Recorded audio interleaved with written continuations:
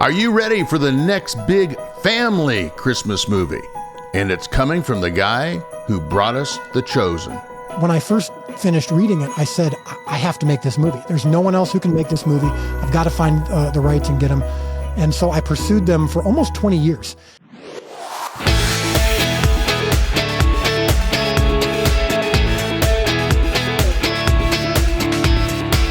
This is CIA, Contagious Influencers of America. I'm David Sams.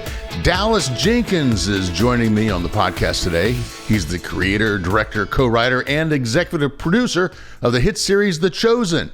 And he has something big that he's been working on, and it comes out this November. It's the best Christmas pageant ever movie, and it opens on November the 8th. And this is going to be an incredible film.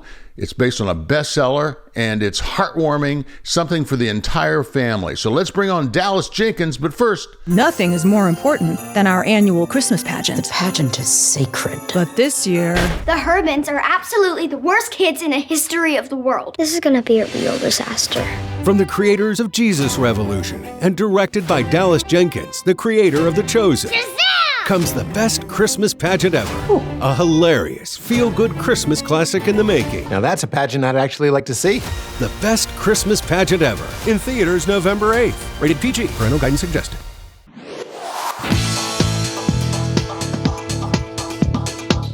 Hey, Dallas, welcome. Good to see you again. Hey, thanks, David. Thanks for having me on. And let me say real quick, I spilled some water while I was taking a sip before I came on, and so this is not meant to be stylish. This is just a dripping T-shirt, so I apologize in advance. We need to bring in the PA with the blow dryer real quick. That'll work. Yeah, I wish I had that power. So listen, we're real excited about this project that you have coming up. As a matter of fact, I watched it last night, and what are you trying to do? Create another Christmas classic? That's not a bad goal. Honestly. I know we're joking around a little bit here, but one of the reasons I wanted so badly to make it was because there hasn't been a Christmas classic in a while.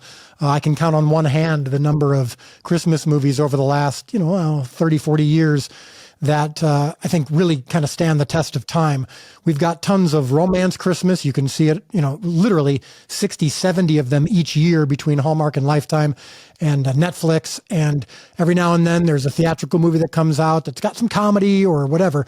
But to have a Christmas classic that also includes the deep story of the Nativity, I think is a great opportunity. So I'm hoping that's what happens with audiences this time around. So first of all, let's talk about the story. It was a best-selling book, and then you got the rights. Obviously, you got the rights, but how did that all come about? Yeah, so about 20 years ago, my wife was at Pottery Barn, and up on the counter when she was checking out was copies of The Best Christmas Pageant Ever. And that's a book that's been around for 50 years, actually, a little over 50 years. It was a small TV movie in the 80s. It's been done as a play all over the world. So a lot of people have heard of it and millions have read it. But my wife had been like, oh man, I have a vague recollection of this growing up, but let's take it home. So we read it to our kids. And when I was in the last couple chapters, after having laughed throughout the book, I was crying so much, I had to hand the book to Amanda so she could read it to the kids. She was crying. She had to hand it back to me. And it became a Christmas tradition to not only read that book, but for our kids to make fun of us for crying in the last couple chapters and not being able to get through it. And when I first finished reading it, I said, I have to make this movie. There's no one else who can make this movie. I've got to find the rights and get them. And so I pursued them for almost 20 years. And the rights holders were always doing it with another studio. And I remember praying and hoping that the movie wouldn't actually get greenlit because I just couldn't imagine anyone else making it. And then when The Chosen came out a few years ago, the mother of the rights holder said to her son, man, have you seen this new show, The Chosen? It's amazing. You need to see it. And he was like, oh, that's funny. The creator of that show keeps trying to get the rights to the best Christmas pageant ever. And she goes, you better give him those rights. He's the only one who should make this movie. So he decided to check out the show, and the rights expired with some of the studios that they were working with. And now I get to sit before you today with being able to have made this movie. Perfect example of God's timing. That's very cool. Absolutely. Very cool. So how do you go from having your head in The Chosen to doing this?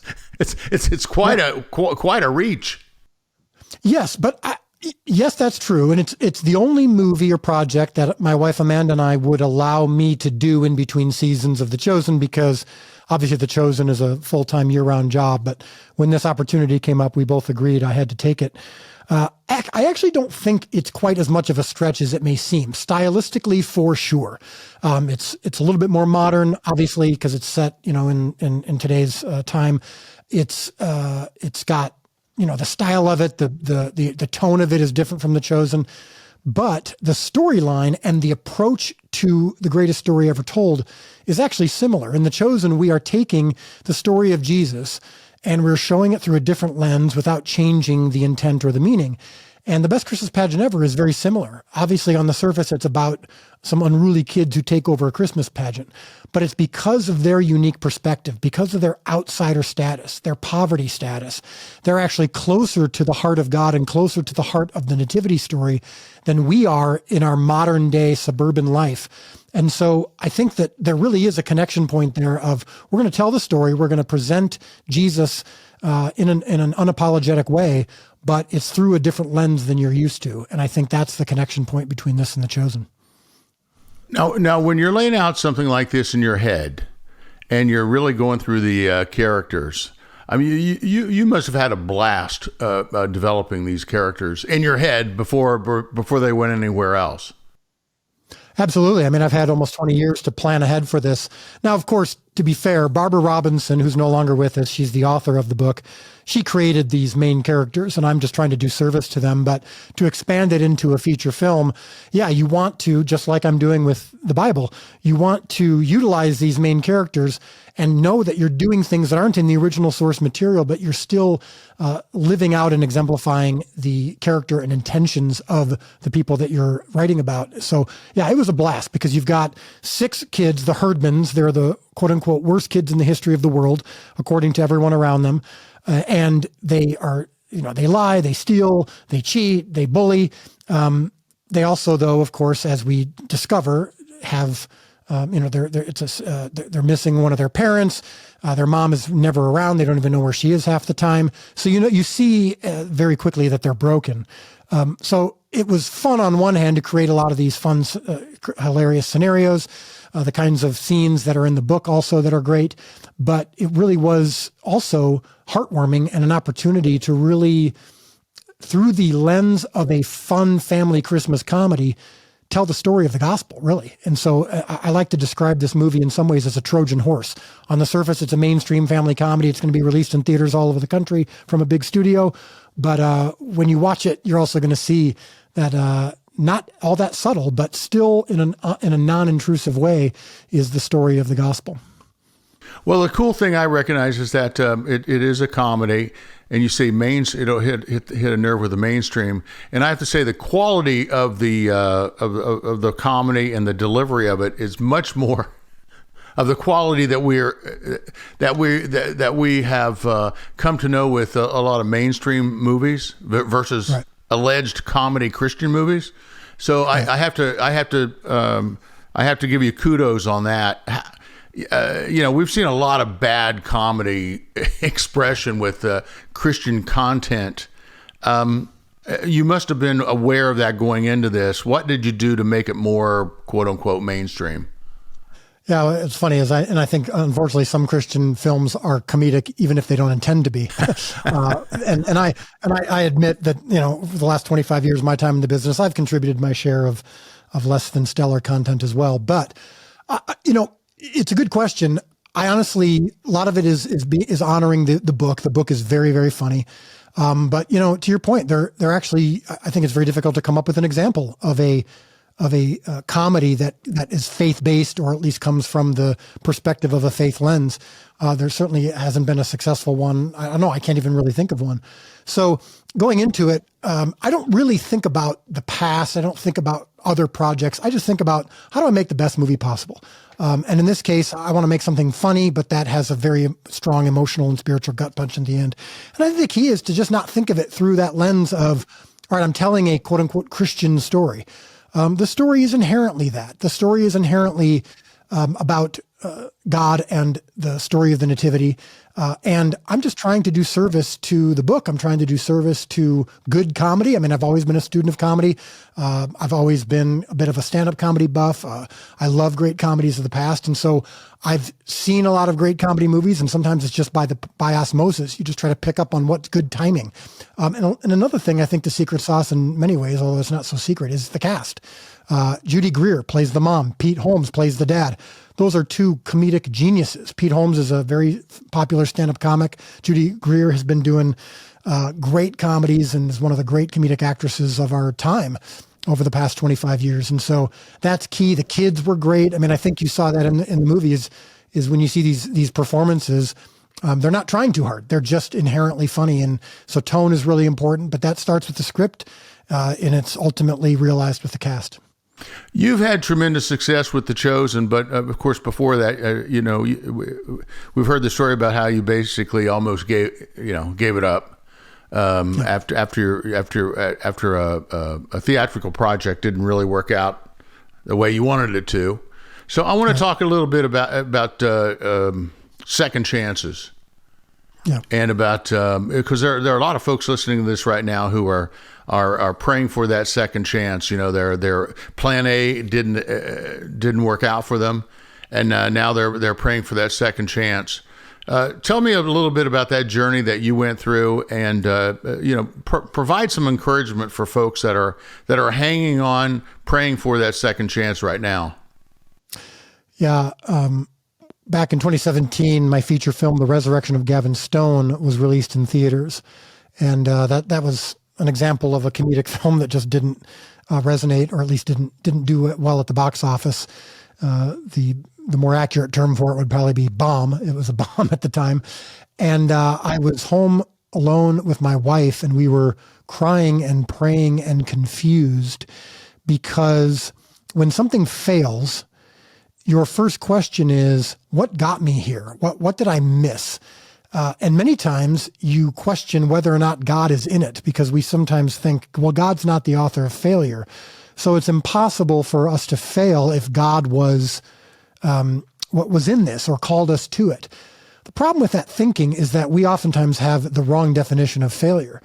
There are many, many quote unquote successful projects that were failures when it came to God's involvement, meaning, yeah, we had financial success, but God wasn't in it.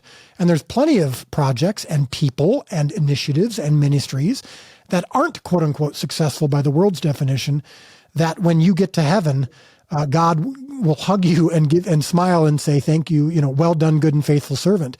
And I think the ultimate test of success or failure comes in Exodus 14, and that's the story of the parting of the Red Sea. And that is, God told the Israelites to camp out at the edge of the Red Sea. He didn't say, they escaped Egypt, and now they're going to go away. And he didn't say, all right, now I want you to get to the edge of the Red Sea, and you're going to go around it, or I'm going to make a pathway for you. He said, I want you to encamp there and wait. Now, why would he tell them to do that? Why would he put them in that position of essentially failure? Because when the Egyptians came, they had nowhere to go. They were trapped, and they were there because God told them to. And it's similar to the story of the feeding of the 5,000, which is the story I tell most often about my failure story, which is that realizing that God actually got the people that Jesus was speaking to hungry. Jesus was the one who was responsible for their hunger.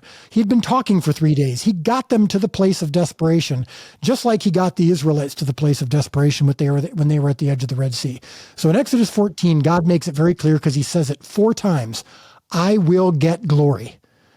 So when he had Moses part the Red Sea, when he had the Egyptians demolished by the Red Sea crashing over the top of them, he kept saying, I will do this so that I will get glory.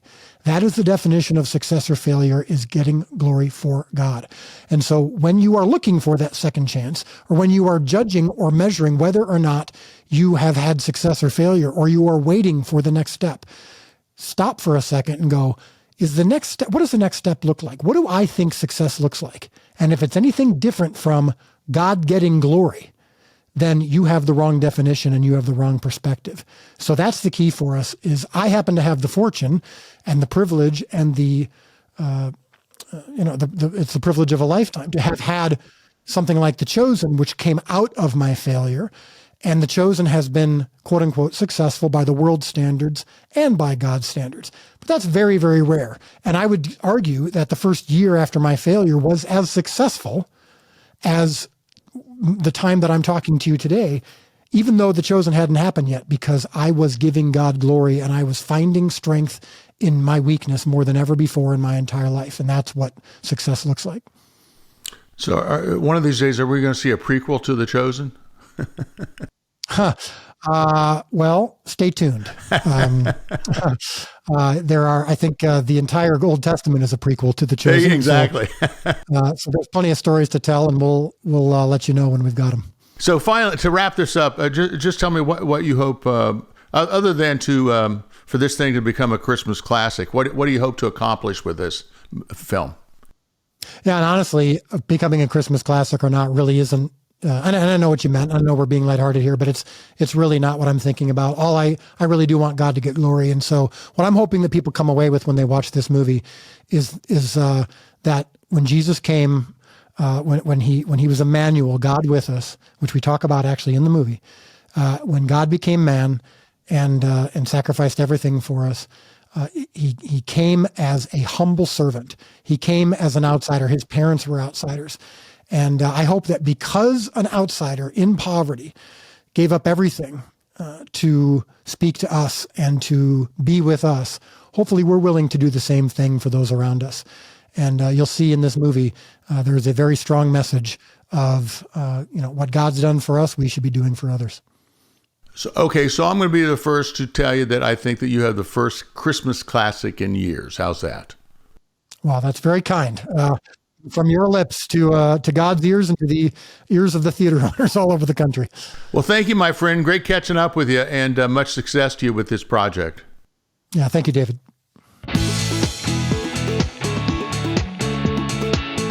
Thanks again, Dallas. It's great catching up with you. It's always great having you. And of course, the movie comes out November the 8th. It's called The Best Christmas Pageant Ever.